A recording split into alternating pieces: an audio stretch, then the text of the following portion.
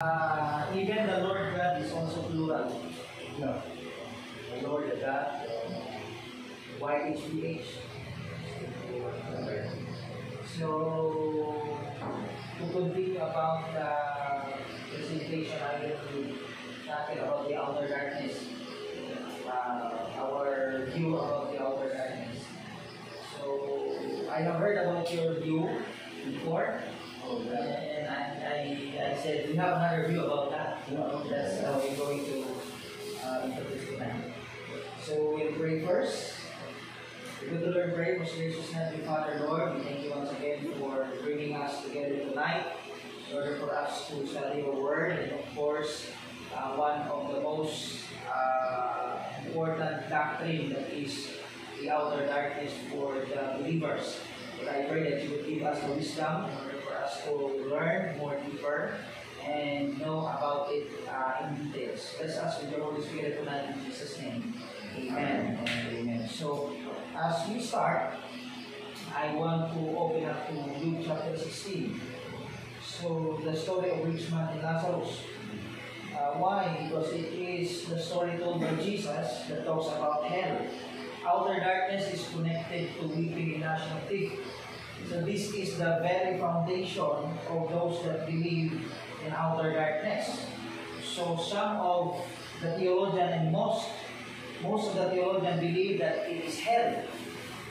But actually that is right and correct. But we need to understand that hell has partition. Okay? Because of the story of the rich man and Lazarus. I will connect that later on to the Old Testament study of hell. The Hebrew origin of the word hell is Sheol. The word Sheol was translated to 3 English words in the King James Bible.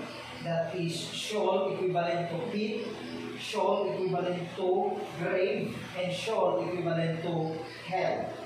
Okay? So these 3, the grave, the Sheol, the grave, the pit, and it's not included in here because it started on the church age. I have the other one, the other that I have sent to you. Now, according to the story, Luke 16, from verse 19 to 25, there was a certain rich man. The rich man died, and also Lazarus died. So it is a story, not a parable, right? You believe in that? That is yeah, it really happened. And I have searched about the name of the rich man, and I have known the 5 brethren later on.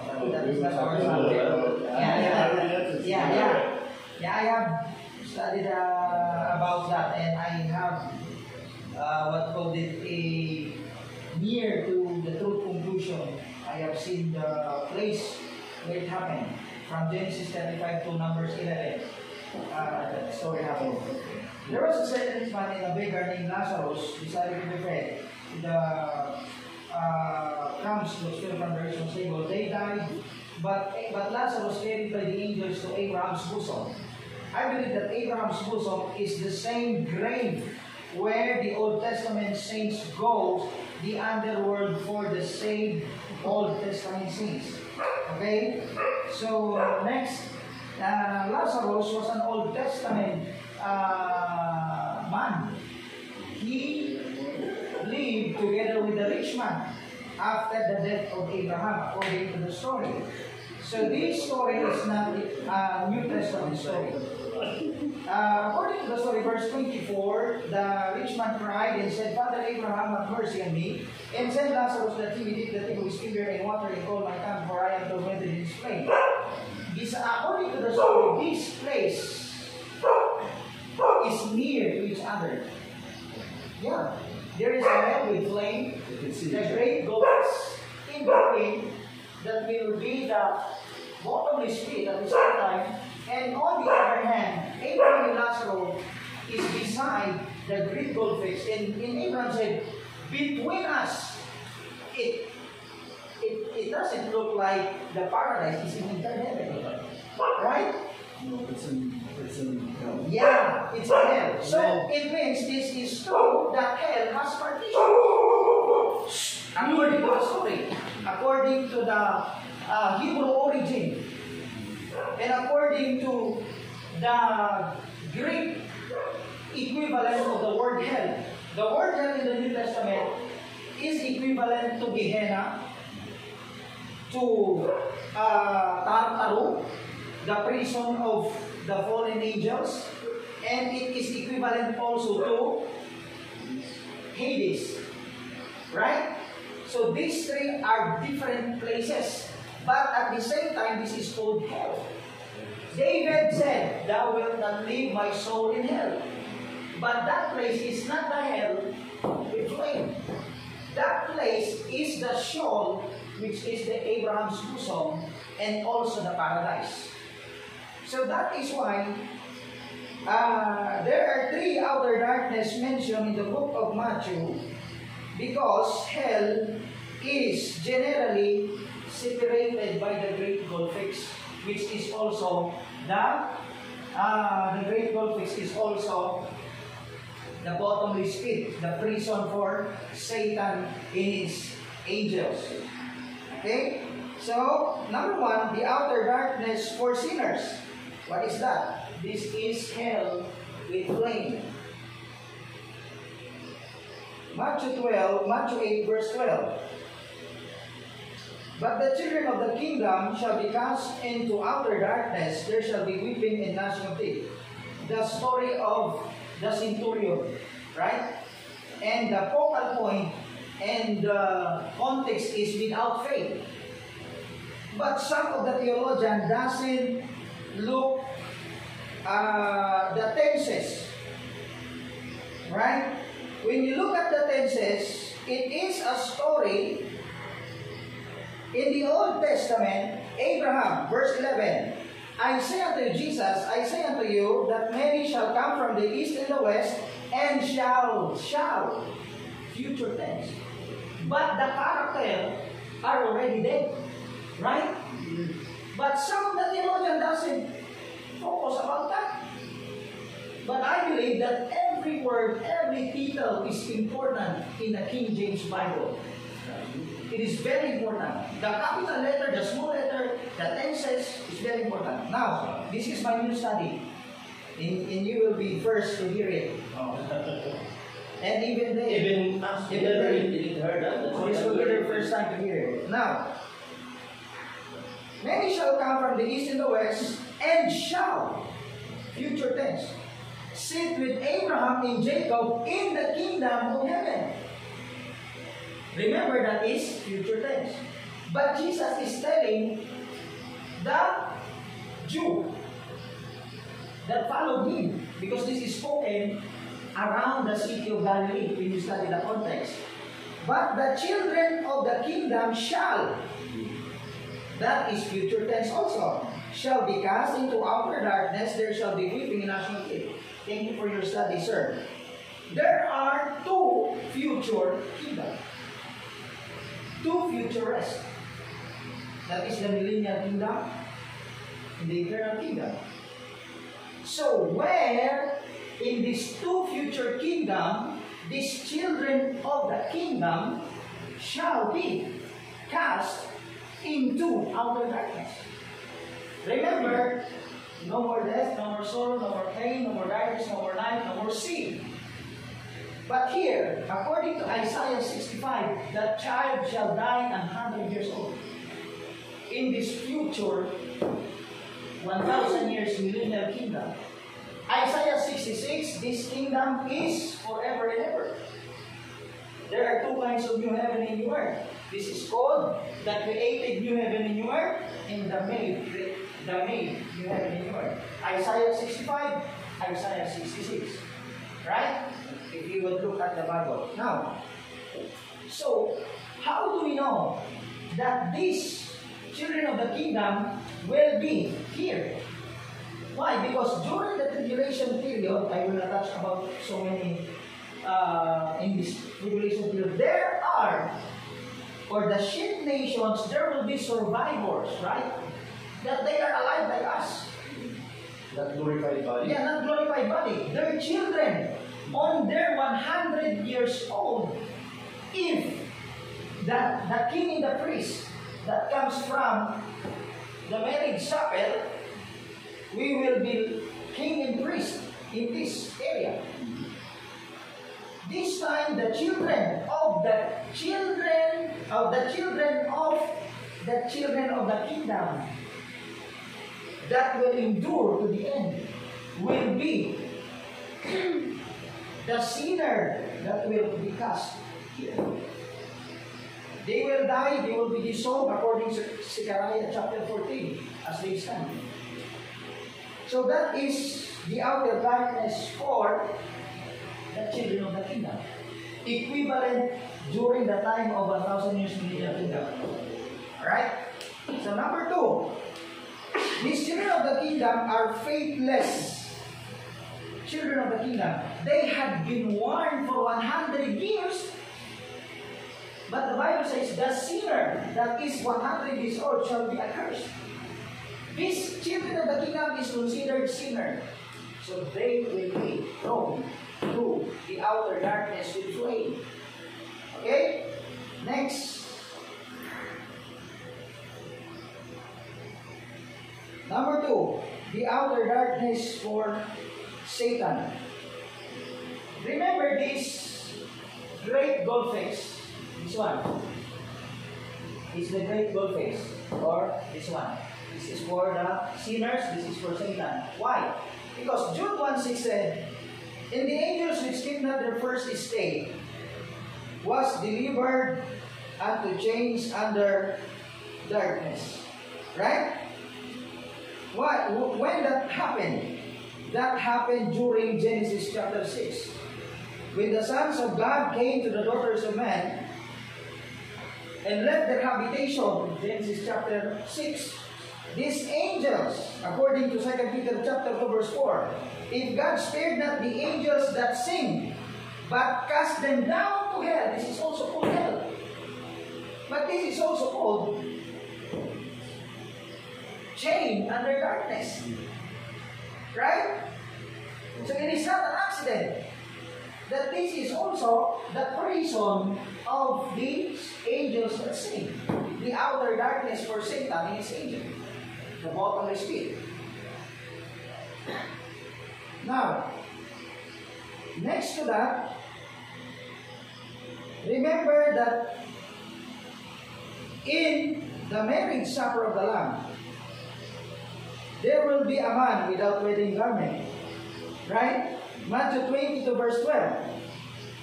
And he said unto him, friend, capital letter F.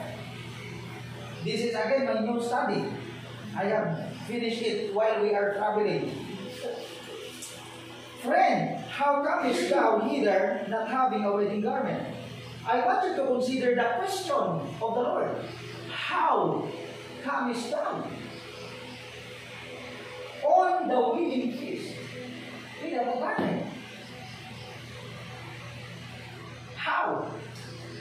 If that friend without wedding garment is unsaved, that would be a big question. How can he enter to this wedding feast not having experienced the rapture or not having a wedding garment? Why? Because the wedding garment is the righteousness of the saints. If you have that wedding garment, it means you are saved. Right? But that friend without wedding garment had access to the throne room. Because the king is the Father. The king's son is the Lord Jesus Christ. The king's son's bride is the church. Right? Now, the friend without wedding garment. The word friend is capital letter F. In the Bible, Judas was called friend, capital letter F. Jesus said, I have chosen you 12, but one of you is a devil. Jesus is the seed of the woman, and Judas is the seed of the serpent. Right? Judas is the seed of the serpent. When Judas died, the Bible says, Acts 1:25, that he may take part of this ministry of apostleship from which Judas by transgression fell, that he might go to his own place. Judas, when he died, he goes to his own place. What is that place? Remember that Judas was being possessed by Satan twice before he betrayed the Lord Jesus Christ. If you remember that. And he has his own place. If Judas is the seed of the serpent, and he is called friend, there is only one person that had access to the throne room even without having the wedding garment. Give an example, Pastor.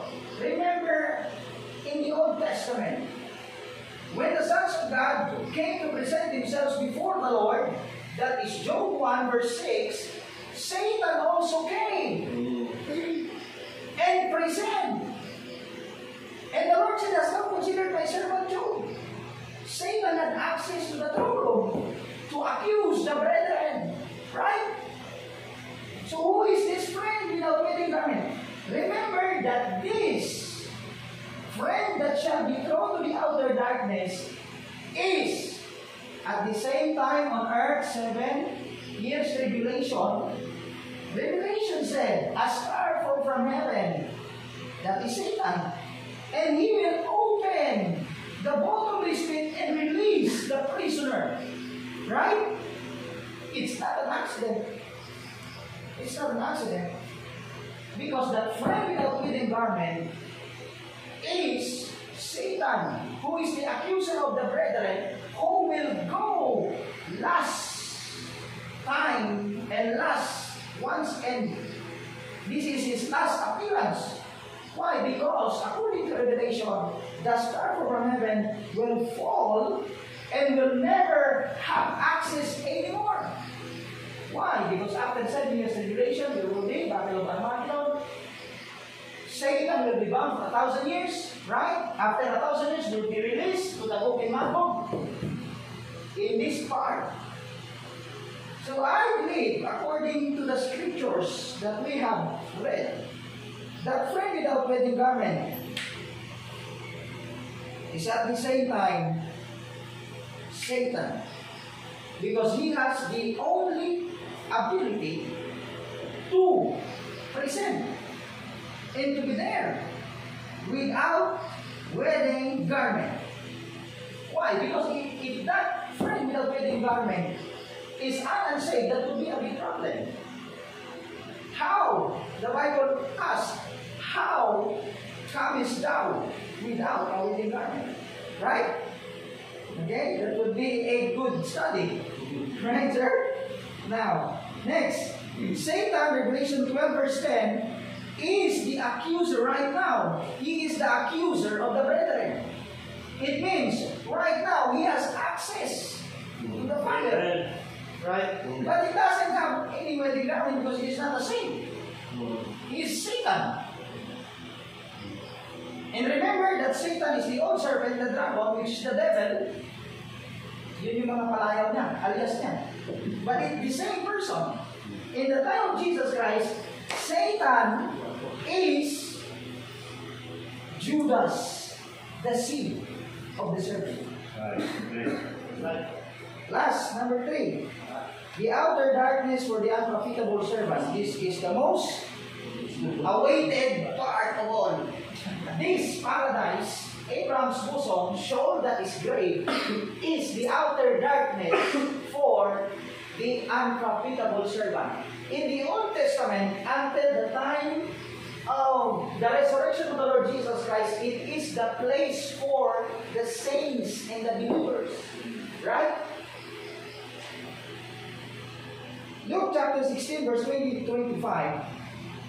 And having lifted up his eyes, the rich man said, and seeing Abraham afar off and Lazarus in his bosom, these Abraham and Lazarus are an Old Testament saints. Right? Now, and he said, Father Abraham, the rich man is an Israelite or a seed of Abraham. Why? Because Abraham called the rich man son, and the rich man called Abraham father. It means the rich man is one of Abraham's grandson. Right. Probably 20 years old below the rich man is when Abraham died. Why? By birth month. So what Abraham said, son, remember thou in thy lifetime, it means Abraham know about the lifetime of the rich man, receivest thy good things, and likewise Lazarus evil things. Abraham saw the life of the rich man, that he was rich and Lazarus is in his gate. Why? Because the rich man doesn't say, you're lucky, Abraham. Right? He accepted that Abraham knows his life. And Lazarus' life also. But Abraham said, Lazarus is comforted, and now thou art tormented. And beside all this between us, it means it is a place near to each other. The science also supported this too. Why? Because we have crust, mantle, the layer of the earth, and the core. The core has two partitions. The inner core, that is the ball of fire, and the outer core. Right? So it means the Bible is scientific. Now, when Jesus was resurrected, according to Matthew 27, verse 51 to 53, and behold, the veil of the temple was rent in twain from top to the bottom, and the earth did quake, and the rocks rent, and many bodies of the saints which slept arose, and came out of the graves. We have a pre-rapture. Matthew 27. The Old Testament saints was already been resurrected. And the Bible says 53, and came out of the graves after his resurrection, and went into the holy city, and appeared unto many.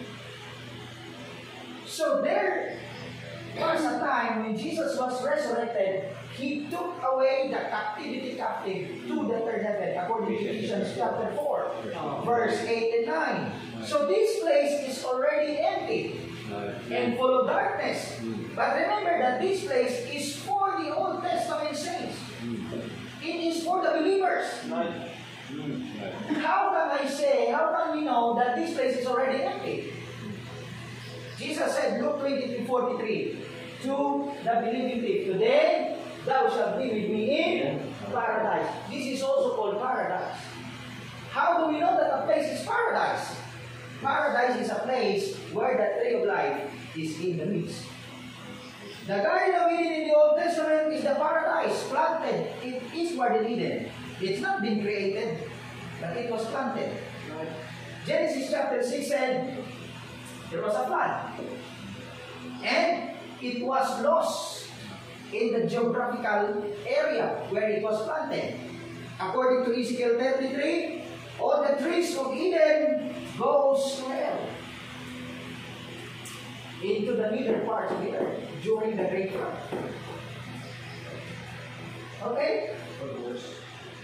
Ezekiel 33:18.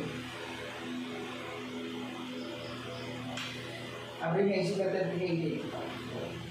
All the trees of Eden and all the trees of Lebanon. 33:18. Okay, basa. Harap?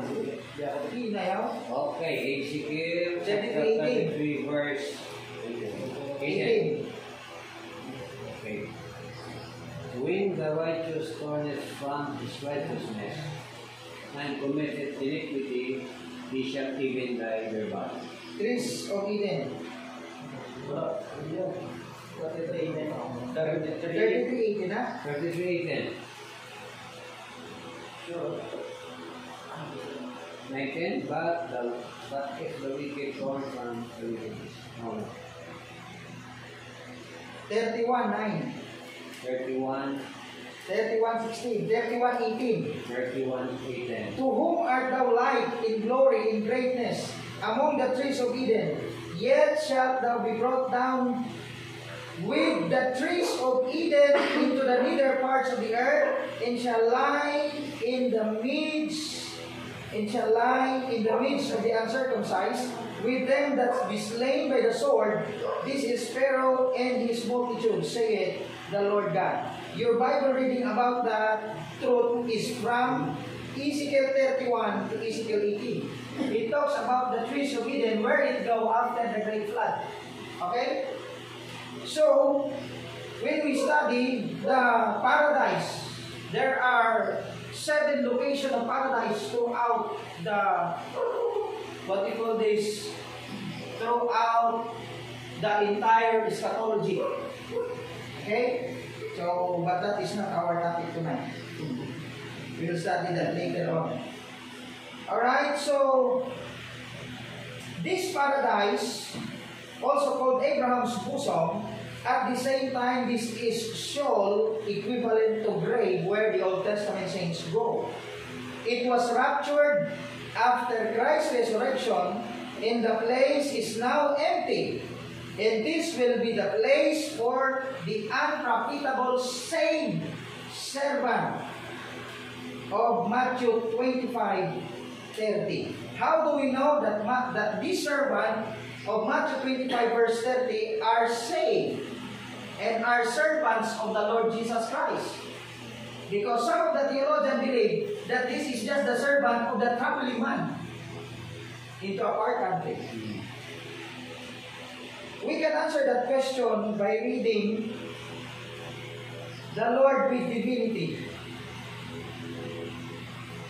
Matthew 25:24. Then he which had received 1 talent came and said, look at the word Lord. The Lord, or the word Lord, is with capital L-O-R-D. That means it is a Lord with divinity. It doesn't talk about the man that is traveling into a far country. It talks about the Lord that will take an account of his own servant. And who is that Lord? That is the Lord Jesus Christ during the judgment seat. He will take an account of the stewardship of his servant. And those unprofitable servants of the Lord in divinity will be cast into outer darkness. This is the place without flame, according to 1 Corinthians chapter 3, verse 15. Apostle Paul said, if any man's work shall be burned, he shall suffer loss, his reward, but he himself shall be saved so as by fire. So this is a place without flame, but they will be weeping and gnashing because of the beating, according to the book of Luke. That servant which knew his Lord's will and prepared not shall be beaten with many stripes. To him that is much required shall be much, and to him that is much given shall be much required. So this will be the place. And these occupants will come out when the great white judgment will take place. Why? Because the verse that you have given me before, that is John, like John chapter 6, verse 30. I want you to read the verse before the verses that you have given me. And take note of the word, I will raise it up again. The believers has, this will be a mind-blowing. The believers has 2 resurrections. They must have the part on the first resurrection, the rapture, before they can have the second resurrection, raise it up again on the last day. Why? If they will not have the part on the first resurrection, they will be in danger of the second death. Blessed is he that hath the part in the first resurrection, for such the second death hath not power. Yes. That is John chapter 6 verse 6 verse 44. 44. Look at that verse. The word again. I will raise it up. Verse 44, no man can come. 40 verse 40 and then 40, yeah, verse 40. Look at verse number 39 39 and 40. This is for the believers. And this is the Father's will, which hath sent me, that of all which he hath given me, I will lose nothing, but should raise it up again. The word again. again. You cannot be raised up again except you have been raised up. Right? So it means it gives us a more stronger view about the outer darkness. Why? Saved by fire. And this second resurrection, there will be two groups that will be raised up.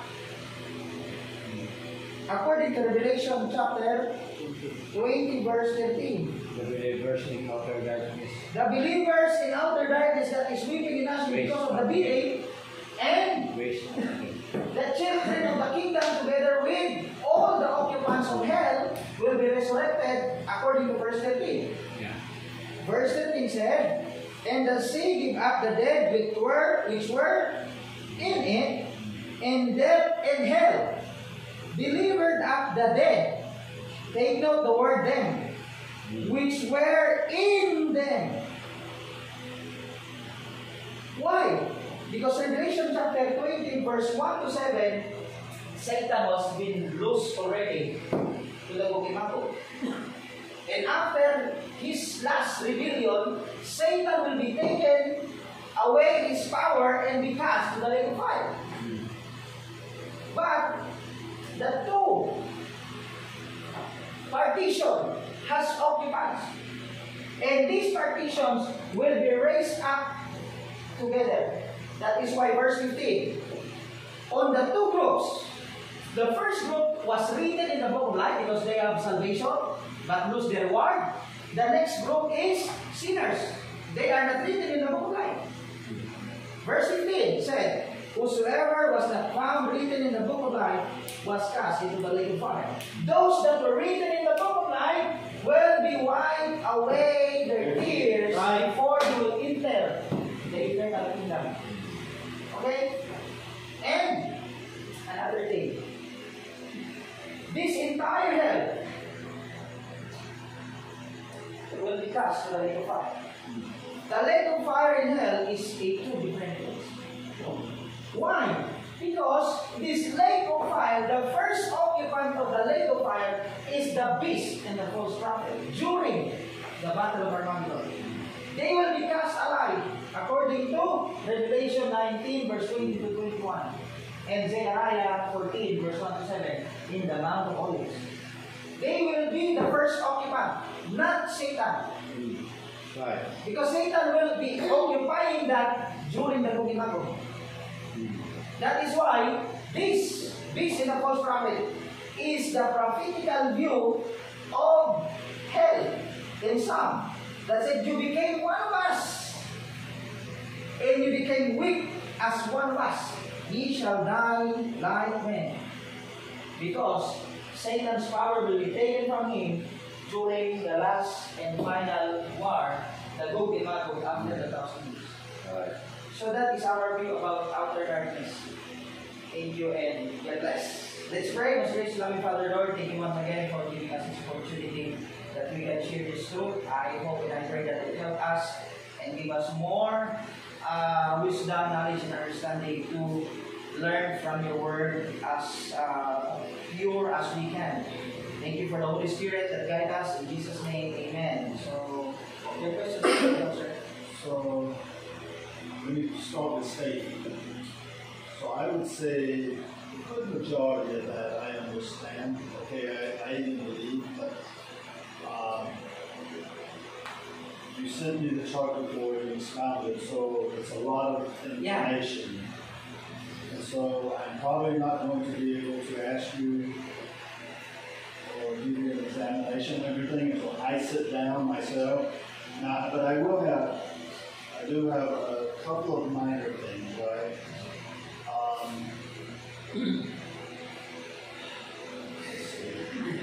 It's just a lot. It's a lot. It's a lot of information. So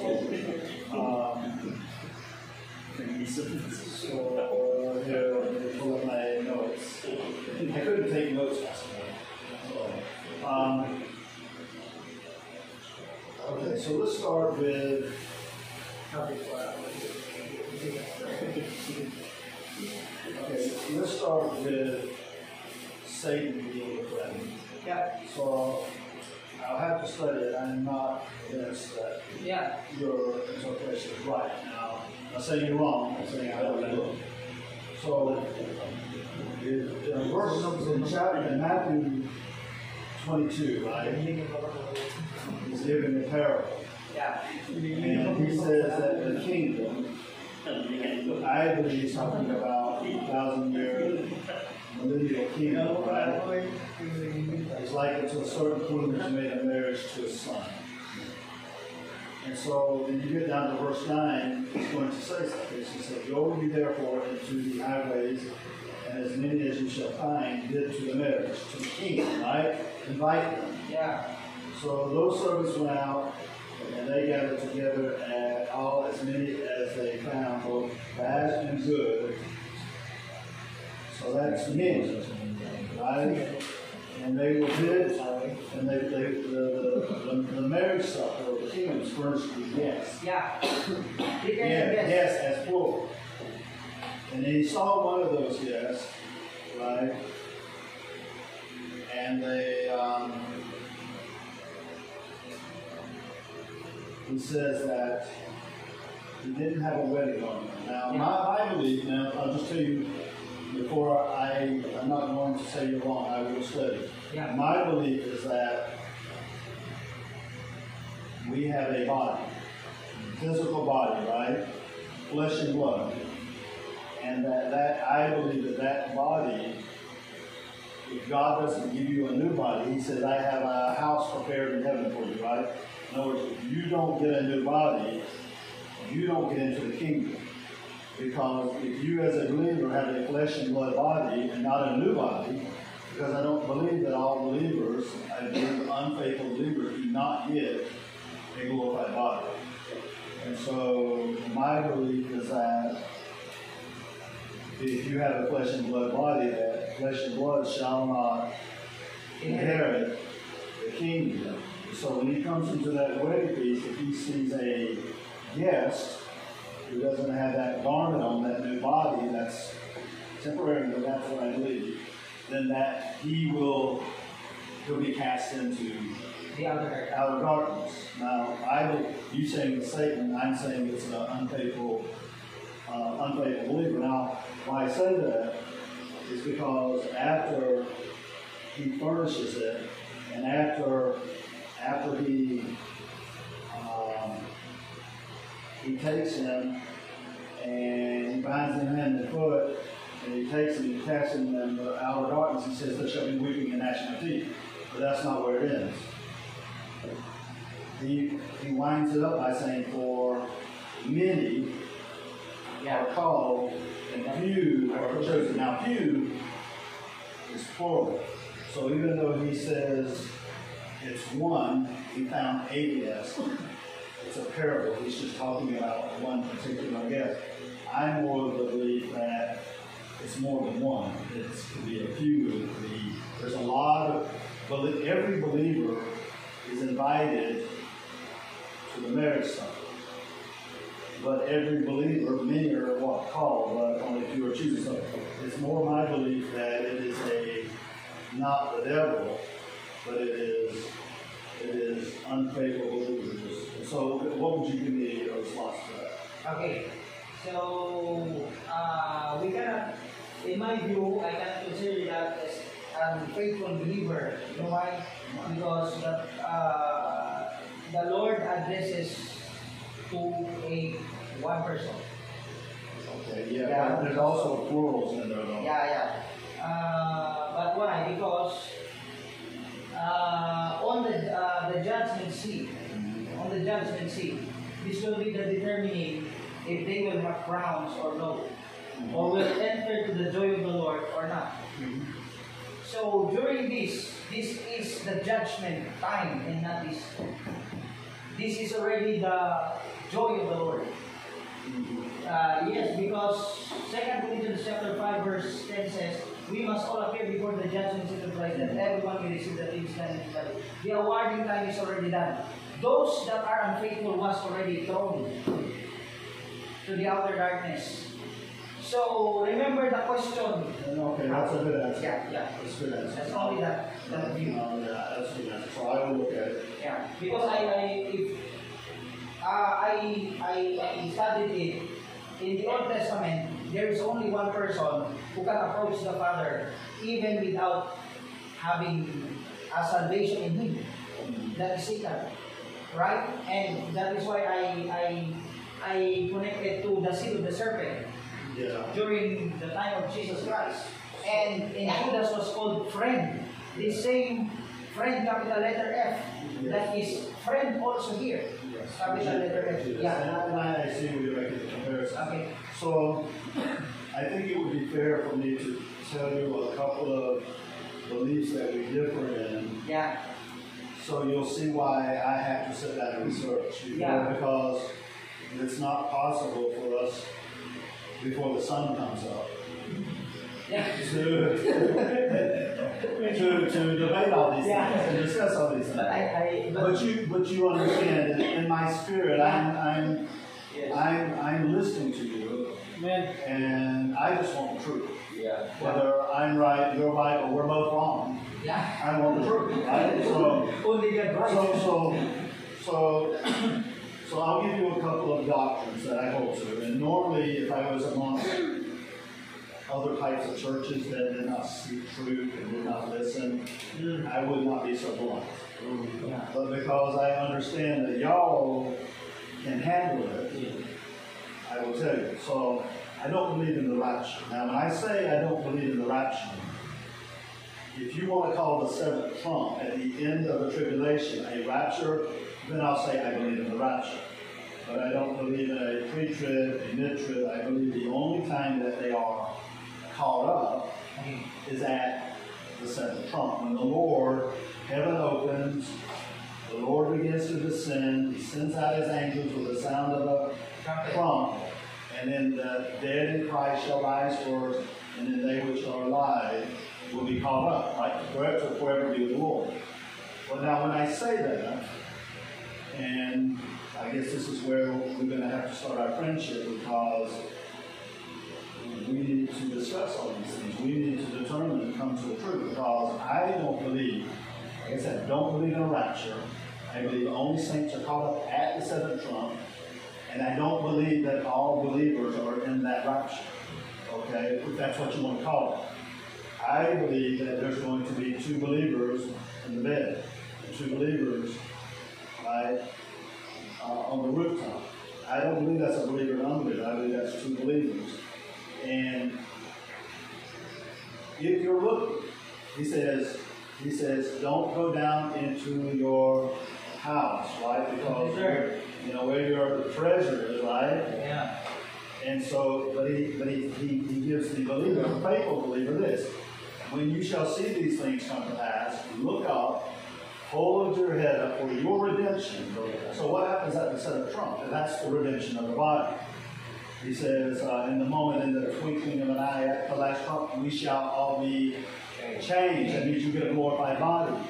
I don't believe that all believers get glorified bodies. I don't believe that all believers are looking and waiting. I don't believe that all believers, their heart, if they've lived in the world, I believe they're the ones that go down into the house to save their stuff.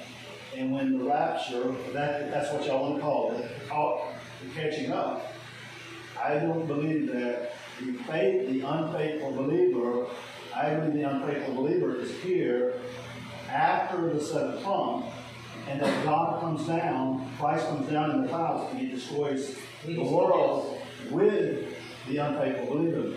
Now, we talked this morning in my Bible study that I did, is that the Old Testament is the shadow. So when you look at the shadow, here's what you see. You see the shadow of cherubim, the 7 trumps, and the 7 days are a picture of the 7 years, and the priests are a picture of the angels, right? And so here's what happens in the picture, in the shadow. In the shadow, the spies go to Rahab's house, right?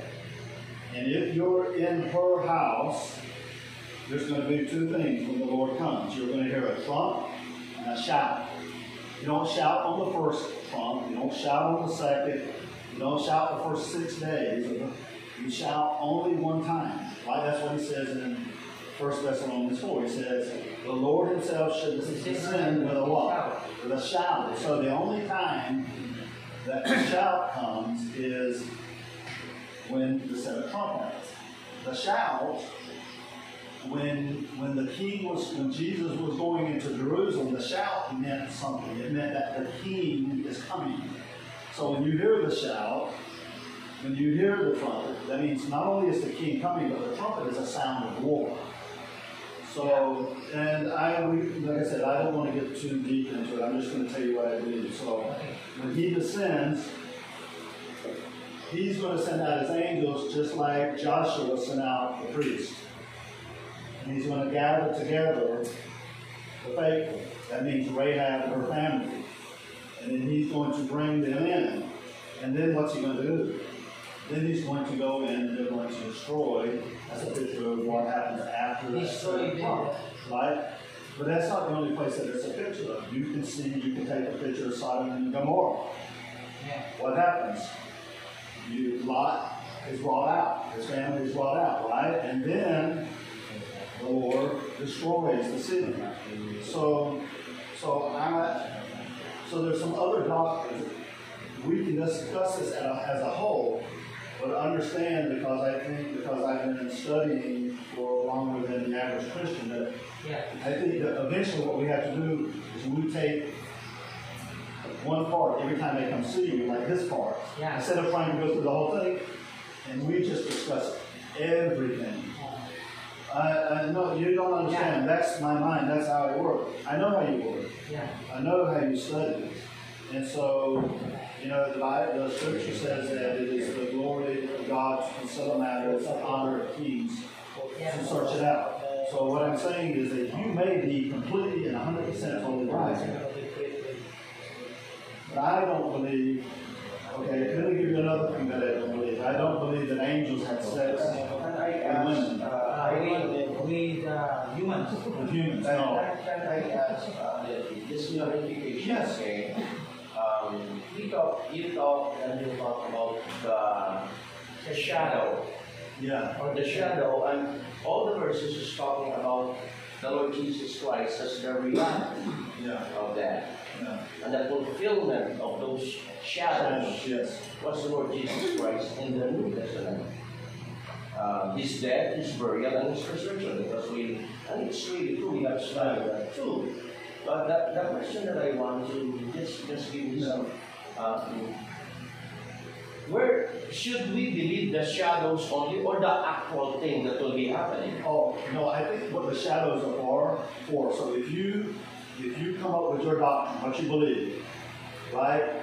Remember I told you this morning, if it's a giraffe, right, and you can't see the giraffe, but you see the shadow of it, and your doctrine is it's an elephant, you're wrong. Yeah. In other words, if it's a giraffe and your shadow is a giraffe, then your doctrine is right. So the Old Testament is used to prove whether your doctrine is sound doctrine. So the shadow will be the one that we should believe rather than the actual thing that happened. But they should match.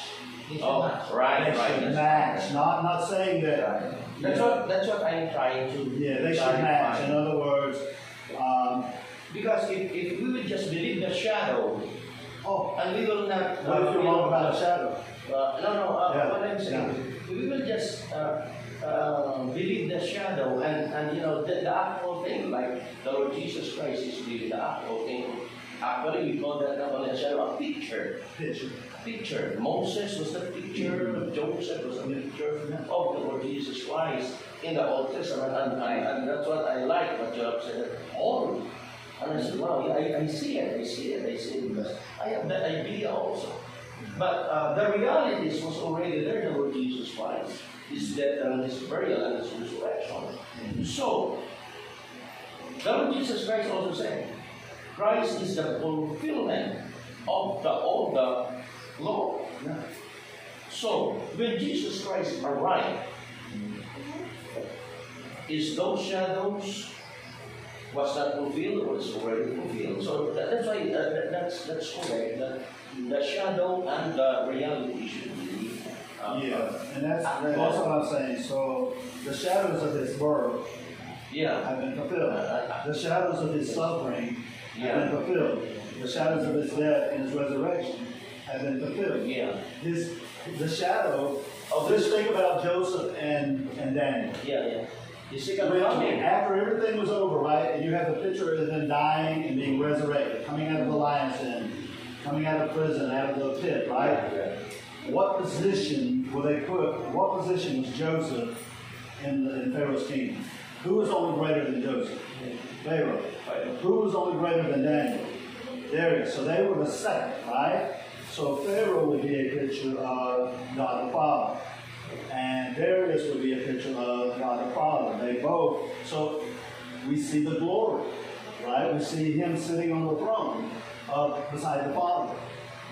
But what hasn't been fulfilled? Then you start getting into prophecy. You start getting into the end time. And so what I'm telling you is, if your prophecy about the end times doesn't match up with the shadow, then there's probably some error in your prophecy. To me, I will be very selective in the shadow, because if we will say that the Pharaoh is God the Father, there was so much imperfection of Pharaoh. It's a shadow. That's right. That's what it's not the real thing. Yeah, that's what we are. You have said that proper. I want to see the real thing rather than. Yes, of course. Of course. It's just a picture. It's just a picture. But what that picture does is help you know whether your doctrine is right or not. So let me give you an example. Okay? Here is a shadow or a picture in the Old Testament. The children were in bondage in Egypt. Okay, I'm going to tell you what I believe that means. Egypt is a picture of the world. The children are unbelievers. And they apply the blood. Right? They're saved, that's all they did. Because they didn't destroy Egypt. God did that. He did it all on His own. So He delivers them out of Egypt, right? In Galatians 1:4, He says that Christ died for a reason, to deliver us from this present evil world. That's Egypt.